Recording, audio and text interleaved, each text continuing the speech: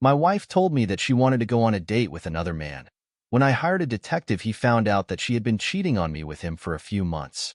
20 years into what I had always thought was a happy marriage, everything came crashing down one Thursday night. My wife, Lily, who had been my partner since we were teenagers, sat me down and told me something that shattered my world. We had built a life together, raised two amazing daughters, and I never once thought we were anything but solid. But as she sat across from me, with a look on her face I had never seen before, she said the words that broke me. She was going on a date with another man. I couldn't speak. The shock was so overwhelming that I just stared at her, trying to process the information. She was 39, the mother of our two daughters, the person I had always thought of as the love of my life. And now, she was sitting there telling me that she had plans to go out with a man from her work, someone named Sean. Sean from accounting, who I had never heard of until this moment, was now the man she had apparently been turning to for emotional support. We had gotten married when we were just 18. Lily had gotten pregnant less than a year after we started dating, and even though we were young, we decided to get married. It wasn't easy at first, but we made it work. I poured everything into my landscaping business, starting from nothing and building it into a multi-million-dollar operation. By the time our daughters, Emily and Sophie, were born, we were doing well. We had a beautiful home, took family vacations, and I thought we had a strong marriage. But as I sat there, listening to Lily tell me that she had been struggling emotionally, that she had turned to Sean for support, I realized that everything I thought was solid was a lie. She explained that ever since the girls went off to college, she had been feeling lost, disconnected, and unsure of herself. She hadn't said a word to me about any of this. I thought things were fine. I thought we were fine. But clearly, I was wrong. "It's not about us," she said, as if that would somehow make it better. "I just need to figure some things out. Sean has been a friend, and I need to see where this goes." I was speechless. How could she be saying this? How could she sit there and tell me that she was going to spend the night with another man and expect me to just accept it? I couldn't comprehend what was happening.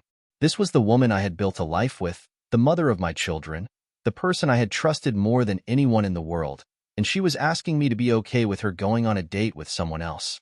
When I didn't respond, she kept talking. She tried to explain that it was just one night, that she needed to do this for herself.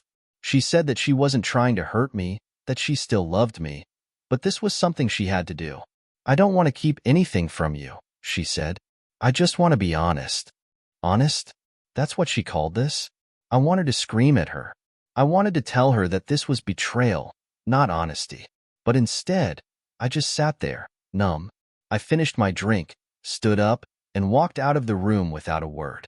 I went upstairs, packed a bag with enough clothes for a couple of days, grabbed my toothbrush and other essentials, and headed for the door. Lily followed me, pleading with me not to leave. "Please don't go," she said. "It's just one night. We can talk about this when I get back." I didn't even look at her. I walked out to the garage, got in my car, and drove away. I didn't know where I was going, but I knew I couldn't stay there. I ended up at a hotel downtown, the Ritz-Carlton. I didn't care how much it cost.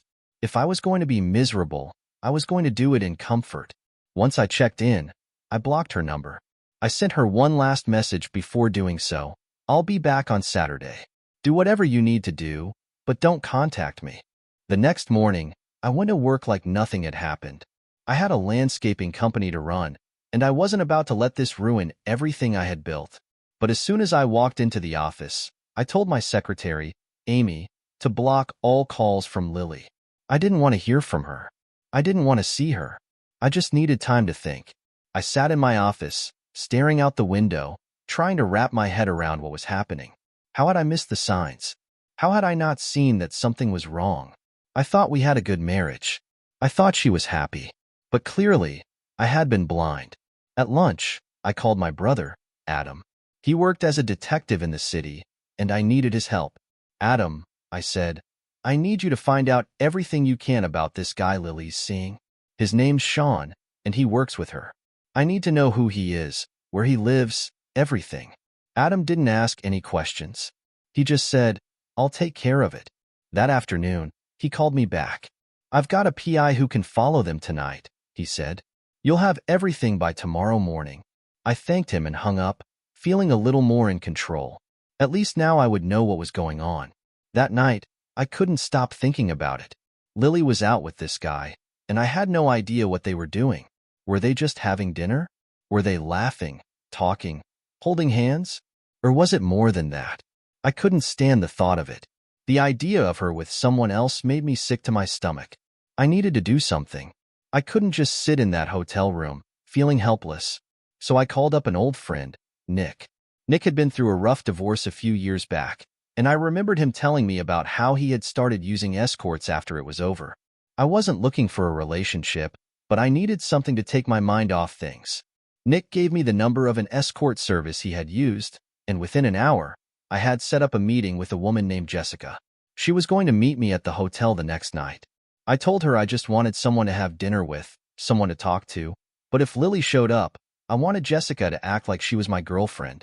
I didn't know if Lily would come looking for me, but I wanted to be prepared. The next morning, Adam sent me the report from the PI. It was worse than I had imagined. They hadn't just gone to dinner. They had spent the whole night together, going from one place to another, drinking, dancing, and eventually ending up at a hotel. The photos showed them holding hands, laughing, and even kissing. There was no doubt in my mind that they had slept together. I stared at the photos for what felt like hours, my heart pounding in my chest. How could she do this to me? How could she betray me like this after everything we had been through? I wanted to confront her. I wanted to go home and throw the photos in her face, but I knew I had to be smart about this. If I lost my temper, I would lose everything. Instead, I called Lily's father, Jack. Jack and I had always been close, and I knew he deserved to know what was going on. It was one of the hardest calls I've ever had to make. "Jack, it's Michael," I said. "Michael, good to hear from you. Are we still on for golf this Sunday?"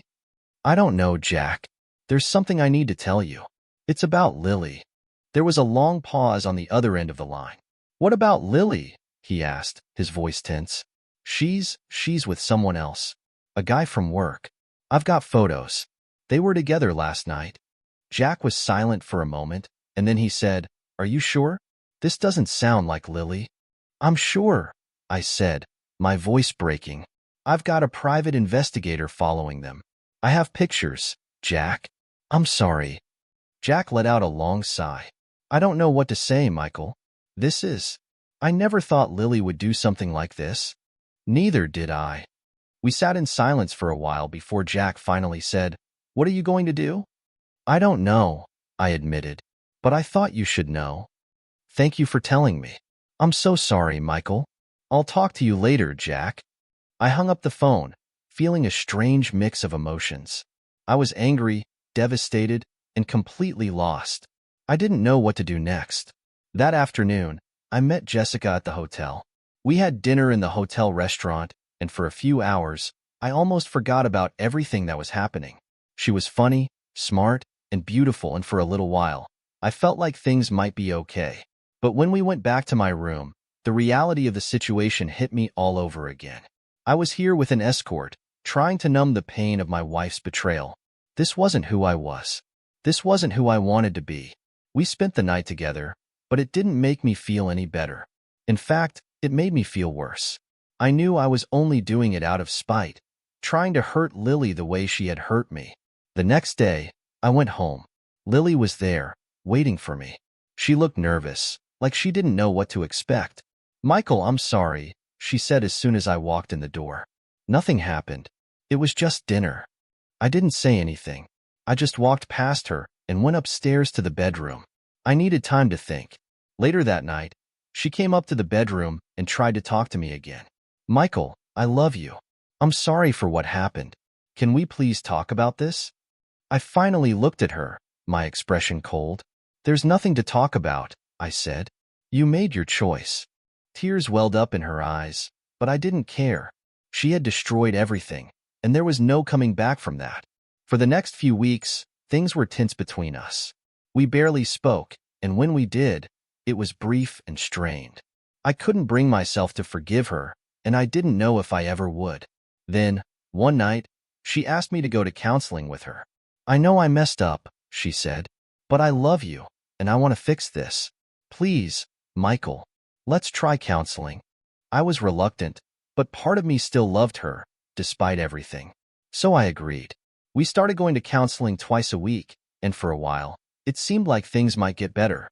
Lily was doing everything she could to prove that she was committed to fixing our marriage. She gave me access to her phone, her emails, everything. She was an open book. But no matter how hard she tried, I couldn't shake the images of her with Sean. Every time I looked at her, I saw them together, laughing, holding hands, kissing. It haunted me. After 3 months of counseling, I told Lily that I couldn't do it anymore. "I'm sorry," I said. "I just can't get past this. I'll never be able to trust you again." She cried, begged me to give her another chance, but I was done. I couldn't live like this anymore. We filed for divorce a week later. Lily moved out, and I kept the house. Our daughters were devastated, but I explained to them that sometimes things don't work out the way we want them to. They were old enough to understand. It's been a year since the divorce was finalized, and I'm still trying to pick up the pieces of my life. I haven't spoken to Lily since the day she moved out, and I don't plan to. Looking back, I realized that the marriage had been crumbling long before that night she told me about Sean. We had just been too caught up in our own lives to see it. But now, I'm free. And for the first time in a long time, I feel like I can breathe. Months passed after my divorce from Lily, and life settled into a strange kind of normalcy. I had our daughters, Emily and Sophie, visit me on weekends when they weren't busy with college. The house felt emptier without them, without Lily, and though I had kept it in the divorce, the place no longer felt like home. I had poured my heart and soul into building a life here, but it now felt like a museum of memories I no longer wanted to relive. After the initial shock of the divorce, I threw myself into my work. My landscaping business, which I had built from the ground up, had always been my sanctuary. I found comfort in its routine and the sense of accomplishment I felt watching it continue to thrive. My team at the office became my family in a way that I hadn't anticipated. It wasn't the same as coming home to my girls or being with Lily, but it was something stable. However, the nights were the hardest. I would sit on the back patio with a drink in my hand, staring out at the manicured lawn, remembering the countless evenings Lily and I had spent out here. The ghost of our life together lingered in every corner of the house, in every piece of furniture, and in every smell that reminded me of her. I had gotten rid of most of her things after she left, but some things you just can't erase. The memories were there whether I wanted them or not. Emily and Sophie had taken the divorce better than I expected. They were grown, after all, 19 and 21, both studying at universities out of state. We sat them down together the weekend after Lily and I decided to end things, and though they were upset, they were more concerned with how it would change our family dynamic. "We're still your parents," I had assured them, "and we'll always be here for you. This doesn't change that." Lily had moved into an apartment in the city, far enough away that we didn't have to interact unless it was necessary. After the divorce was finalized, we kept communication to a bare minimum. I didn't need any more reminders of what had happened, and as far as I was concerned, I was done with her. But despite my best efforts to put her out of my mind, there were times I couldn't help but wonder if she had moved on with Sean, the man who had destroyed my marriage. I knew I shouldn't care. It shouldn't have mattered what she did with her life now. She wasn't my wife anymore, and her choices were her own. But a part of me couldn't stop thinking about it. Did she stay with him? Was she happy? Did she even regret what she had done? These questions haunted me late at night when the silence of the house grew too loud to ignore. I tried to move on. I started going out more, meeting up with friends, and even dabbling in the dating scene. It wasn't easy. The world had changed since I was last single. Dating apps, online profiles, and swipe culture. It all felt foreign to me. But I wasn't ready to give up on the idea of finding happiness again. I had spent too many years investing in someone who had ultimately betrayed me, and I knew I deserved better. It was on one of those dating apps, after several disastrous attempts at casual dating, that I met Rachel. She was different. We matched on a Tuesday evening, and within hours we were messaging back and forth like old friends. She was 36, recently divorced herself, and had 2 boys around the same age as my girls. Our shared experiences, both in parenting and in the painful aftermath of failed marriages, seemed to connect us on a deeper level than I had anticipated. Our first date was simple. We met at a local coffee shop, one of those cozy places with mismatched furniture and a warm, inviting atmosphere. Rachel was stunning. She had long dark hair, a warm smile, and a laugh that put me at ease almost immediately. There was no awkwardness between us, no fumbling over words or uncomfortable silences. We talked for hours about our kids, our jobs, our divorces, and for the first time in a long time, I felt like I could breathe again. Over the next few weeks, we continued seeing each other. There was no rush, no pressure to define what we were. It was just easy. We spent time getting to know each other, and before I knew it, she had become a regular part of my life. She met Emily and Sophie one weekend when they were home, and the girls seemed to like her, which was a relief. I was cautious about bringing someone new into their lives, especially after everything they had been through with the divorce, but Rachel handled it perfectly. Things were going well with Rachel, but there was still a part of me that hadn't fully let go of the past. No matter how happy I was with her, the scars from my marriage with Lily still ran deep. I had built my identity around being a husband and father, and when that was ripped away from me, I was left questioning everything. I had spent years believing that Lily was my soulmate, that we would grow old together, and now I was struggling to reconcile the reality of what had happened. I told Rachel about everything. I didn't hold back. She knew about Lily, about Sean, about the private investigator, and the photos. She listened without judgment, offering me a safe space to unload the emotional baggage I had been carrying. But as much as I appreciated her support, I knew I had to deal with it on my own. I couldn't let my past dictate my future, and I couldn't keep holding on to the anger and resentment I felt toward Lily. So one evening, after months of pushing it aside, I decided to confront Lily. I needed closure. I needed to hear from her, to understand what had happened and why.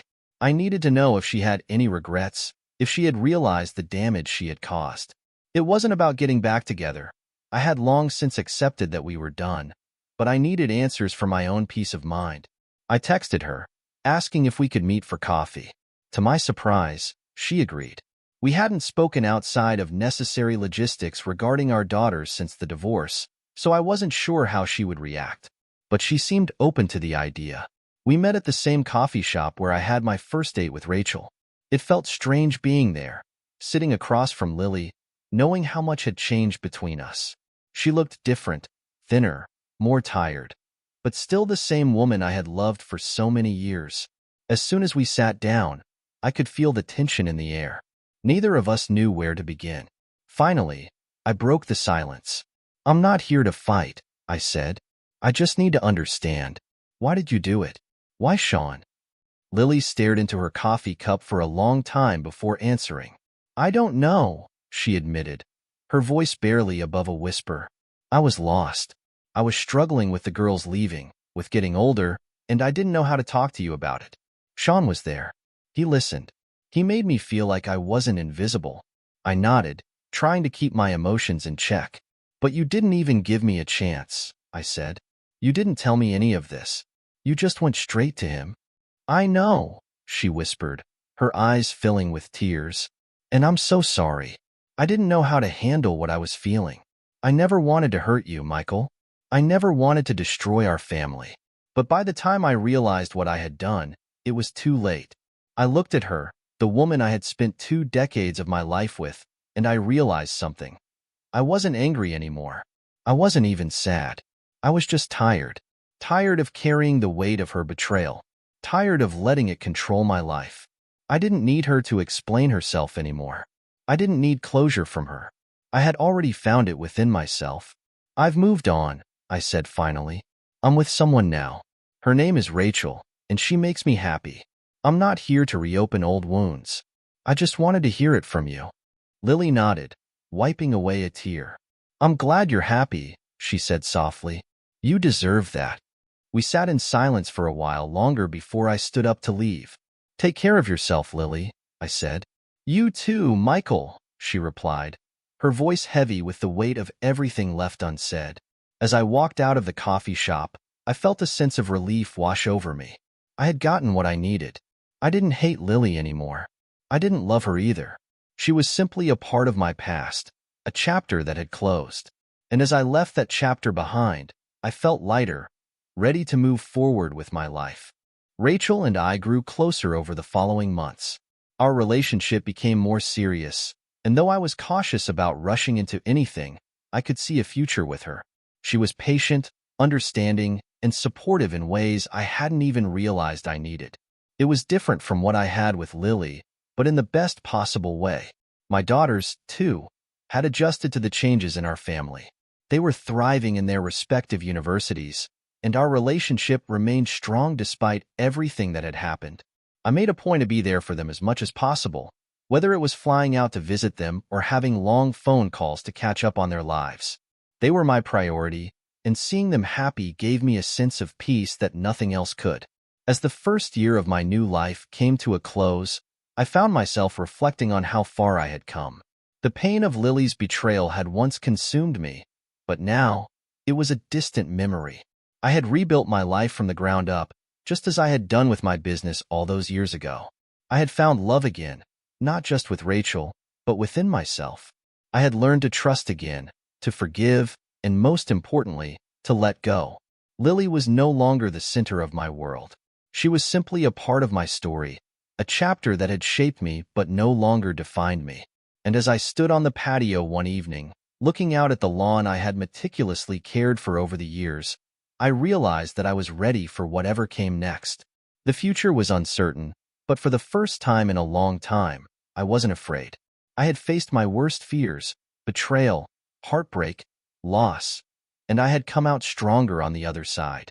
Rachel joined me on the patio that night, wrapping her arms around me as we watched the sunset together. I felt a warmth spread through me, not just from her touch, but from the knowledge that I had found happiness again.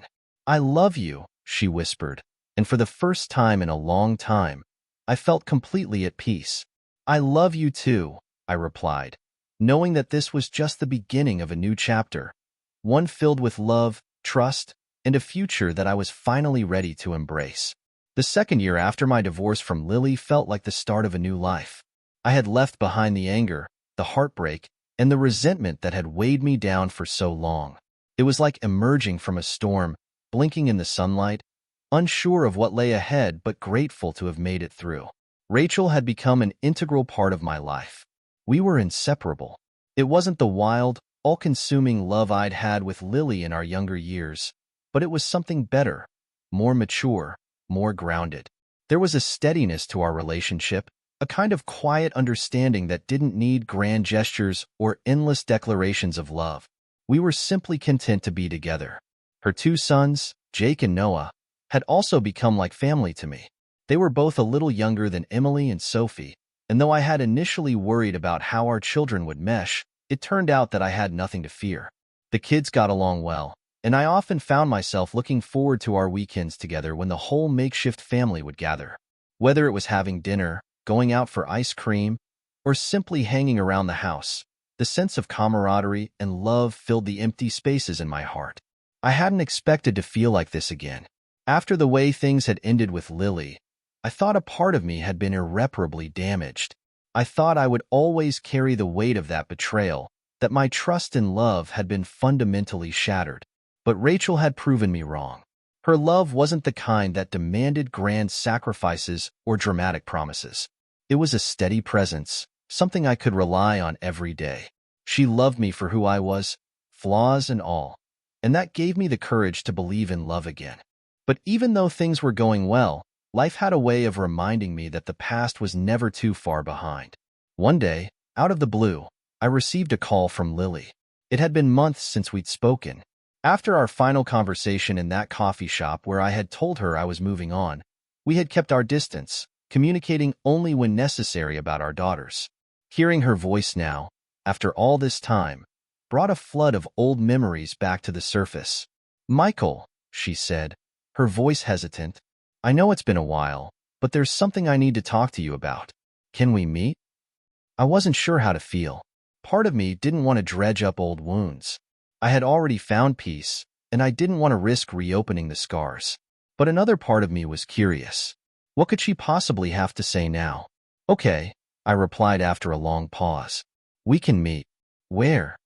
We agreed on a cafe near the downtown area, far enough away from the places we used to frequent together. When I arrived, I found her sitting at a small table by the window, looking out at the street with a distant expression. She seemed thinner, more tired, like the years had taken a heavier toll on her than I had realized. But despite everything, there was still something familiar in the way she carried herself, something that reminded me of the woman I had once loved. I sat down across from her, and for a moment, neither of us spoke. It was like there was a wall between us, built from years of shared memories, good and bad. Finally, Lily broke the silence. "Thank you for meeting me," she said softly. "I wasn't sure if you would."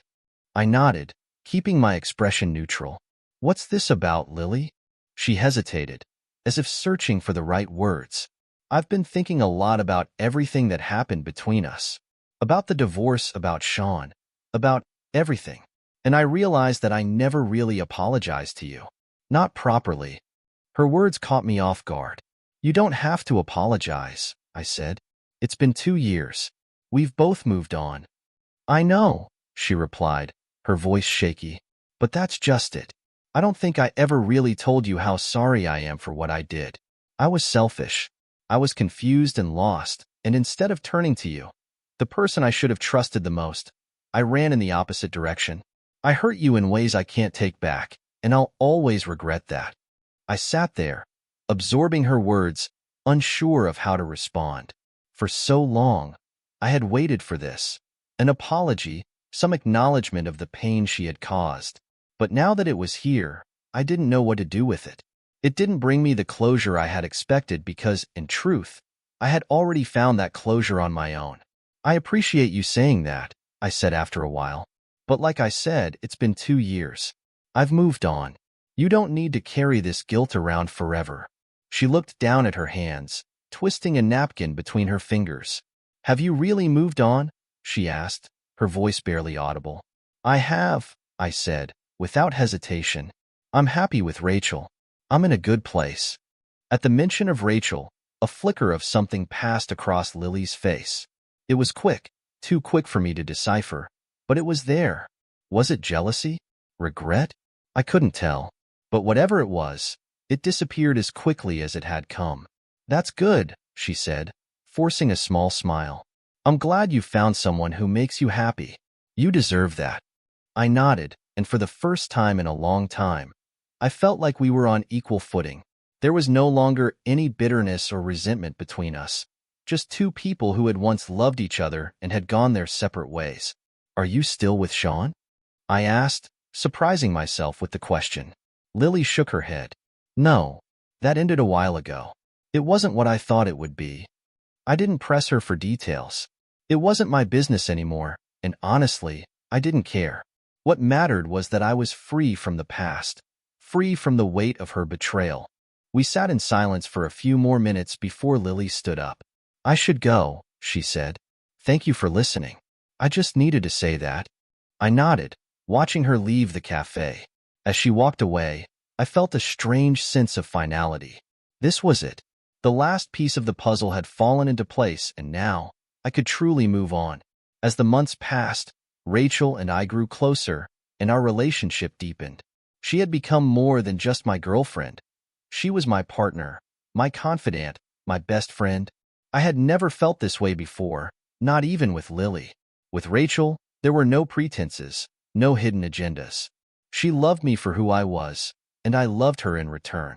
One weekend, we decided to take a trip to the mountains, just the two of us. We rented a cabin nestled deep in the woods, far away from the hustle and bustle of city life. It was the kind of place where time seemed to slow down, where the only sounds were the rustling of the trees and the chirping of birds. It was a peaceful escape, and it gave us the chance to reconnect on a deeper level. We spent our days hiking through the forest, exploring hidden waterfalls, and lounging by the fire at night, wrapped in each other's arms. On the third night of our trip, as we sat on the porch watching the stars, Rachel turned to me, her eyes sparkling in the moonlight. "Michael," she said, her voice soft but steady, "I need to tell you something." I raised an eyebrow, curious. "What is it?" She hesitated for a moment, as if gathering her thoughts. "I love you," she said finally, "and I've known for a while now that I want to spend the rest of my life with you." But before we go any further, there's something you need to know. I frowned, not sure where this was going. Okay, I said cautiously. What is it? Rachel took a deep breath before speaking. Before we met, there was someone else. His name was David, and we were together for about 3 years. He wasn't like Sean or anyone else. He was different. I thought he was the one. But things didn't work out, and we broke up. I nodded, unsure of what to say. Okay, I understand. But why are you telling me this now? Because, Rachel continued, he's come back. He reached out to me a few weeks ago, and I didn't tell you because I didn't know how to handle it. He says he wants to talk, that he regrets how things ended, and that he wants to make amends. My heart skipped a beat. Was this the beginning of the end? Was I about to lose Rachel the way I had lost Lily? I don't want to go back to him, Rachel said quickly, sensing my unease. I love you, Michael, but I thought you deserved to know. I exhaled slowly, trying to process what she was saying. So, what do you want to do? I asked, my voice steady but uncertain. Rachel looked at me with those deep, caring eyes I had grown to love. I don't want to talk to him, she said firmly. I don't want to open that door again. But I needed to tell you because I don't want any secrets between us. I want this to work, and I want us to be honest with each other. Relief flooded through me. Rachel wasn't like Lily. She wasn't hiding anything from me. She had come to me, telling me the truth before it became an issue. That was the difference between a healthy relationship and the one I had with Lily. There were no lies, no betrayals, no secrets. I trust you, I said, taking her hand in mine. Thank you for telling me. We'll deal with this together. Rachel smiled, and in that moment, I knew we were stronger than ever. Whatever challenges we faced, we would face them together. Over the next few months, our relationship continued to grow, and I found myself thinking more and more about the future. I had never been one to rush into things, especially after what had happened with Lily, but with Rachel, it felt different. It felt right. One evening, as we sat together on the couch, watching a movie, I turned to her and said, Rachel, I've been thinking. She paused the movie and looked at me, curious. About what? About us, I said, my heart pounding in my chest. About our future. I know it's only been a couple of years, but I can't imagine my life without you. And I don't want to. I want to build a life with you, Rachel. I want to spend the rest of my life with you. Her eyes widened in surprise, and for a moment, I wondered if I had said too much. But then, a smile spread across her face, and she threw her arms around me. I want that too, she whispered. I've wanted that for a long time. It wasn't an official proposal, but in that moment, we both knew where our relationship was heading. We were building something together, something strong, something lasting. The next few months flew by, and before I knew it, we were planning a small, intimate wedding. Nothing extravagant, just a gathering of close friends and family. The kids were excited, and I couldn't have been happier. On the day of the wedding, as I stood at the altar waiting for Rachel, I felt a sense of peace wash over me. This was it. This was my new beginning. The past was behind me, and the future was bright. When Rachel walked down the aisle, dressed in a simple white gown, her smile radiant, I knew I had made the right choice. She was my partner, my confidant, my love, and as we exchanged vows, promising to love and support each other for the rest of our lives, I knew that no matter what happened, we would face it together. The wedding was small, just as we had wanted, but it was perfect. Emily, Sophie, Jake, and Noah stood by our sides, and as I looked out at the faces of our closest friends and family, I felt a deep sense of gratitude. I had been through hell and back, but I had come out stronger. I had found love again, and this time, I knew it would last. As Rachel and I danced under the stars that night, wrapped in each other's arms, I realized that life had a funny way of working out. The pain of the past had shaped me, but it no longer defined me. I had let go of the hurt, the anger, and the bitterness, and in doing so, I had made room for something new, something beautiful. Rachel was my future, and as we swayed together, our hearts beating in sync, I knew that I had finally found my home. The days after our wedding felt like living in a dream I never thought I'd have again. Rachel and I returned to a life of quiet contentment. The kind that builds when two people are fully at peace with where they are and who they're with. We didn't take an elaborate honeymoon, just a weekend trip to a beach house up the coast, but it felt like the perfect way to begin our married life together. We spent those days walking along the shore, talking about the future and what it held for us. There was something so comforting in the simplicity of it all. With Rachel, everything felt easy, natural, like this was how life was meant to be. Back at home, the kids had adjusted well to the changes in our lives. Emily and Sophie were finishing up their college years, ready to step into the next chapter of their own lives, while Jake and Noah had settled comfortably into the rhythm of having a new stepdad. Our blended family wasn't perfect. No family ever is, but it was ours, and that made it special. The house, once filled with memories of my past life with Lily, now felt like a place of new beginnings. Rachel had moved in long before we got married, and together, we had redecorated, transforming the space into something that represented both of us. It wasn't just about changing the furniture or painting the walls. It was about creating a home that felt like ours, a place where we could build new memories, free from the shadows of the past. But as life settled into this new normal, I began to realize that the journey wasn't quite over. There were still things I hadn't dealt with, pieces of my past that needed closure. Though I had long since moved on from Lily and what had happened with Sean, there was one part of my old life that I hadn't addressed: my relationship with my daughters.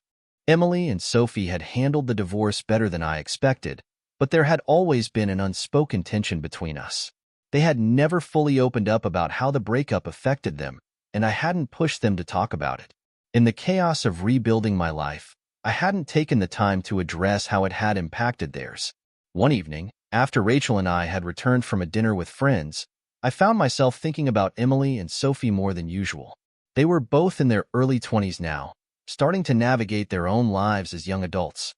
But as I thought about our relationship, I realized that there was a distance between us that hadn't been there before the divorce. It was subtle, but it was there. An invisible wall that had gone up after everything fell apart. I decided it was time to talk to them. I needed to know how they felt, to understand what they had been carrying all these years. So I called them both, asking if they would come over for dinner the following weekend. They agreed, and I could sense the curiosity in their voices. I had never been the type of father to sit them down for a serious conversation, but this was something I knew we needed to do. When the weekend came, I was nervous. I didn't know how they would react, or if they would even want to talk about the past. But when they arrived, there was a warmth in the air that reassured me. We sat down to dinner. Rachel had made one of her famous pasta dishes, and the conversation flowed easily at first, light and casual. But after dinner, as we sat around the table with coffee and dessert, I took a deep breath and decided it was time. "Girls," I began, my voice steady but nervous, "there's something I want to talk to you about. It's been on my mind for a while now, and I think it's time we address it." Emily and Sophie exchanged glances, their expressions serious but not defensive. They knew where this was going. "I know the divorce wasn't easy for either of you," I continued, "and I've realized that I never really talked to you about it. I never asked how it affected you, and I should have. So I'm asking now, how are you feeling? How have you been feeling about everything?" For a moment, there was silence. I could see the wheels turning in their heads as they tried to figure out how to respond. Finally, Emily, the eldest, spoke up. "It wasn't easy, Dad," she said softly. "I mean, we're okay now. But at the time, it was hard. We were old enough to understand what was happening, but that didn't make it any less painful. It felt like our whole world was falling apart." Sophie nodded in agreement, her eyes downcast. "We didn't know what to think. You and Mom were always this solid unit, and when that fell apart, it felt like everything we knew was gone." Hearing their words hit me harder than I expected. I had known, on some level, that they must have struggled with the divorce, but hearing them say it out loud made it real in a way I hadn't fully understood before. "I'm sorry," I said, my voice thick with emotion. "I should have been there for you more. I was so caught up in my own pain that I didn't think about how it was affecting you. And that's my fault. I'm sorry for not being the father you needed during that time." Emily reached across the table and took my hand. "It's okay, Dad. We know you were going through a lot. We just didn't know how to talk about it back then." Sophie chimed in, her voice soft but steady. "We've moved on, just like you have. But it's good to talk about it now. It helps. We spent the rest of the evening talking, really talking, about everything that had happened, about how they had felt during the divorce, about how they had processed the changes in our family, and about how they saw our relationship now. It was a conversation that had been years in the making, and by the end of it, I felt like a weight had been lifted off my shoulders.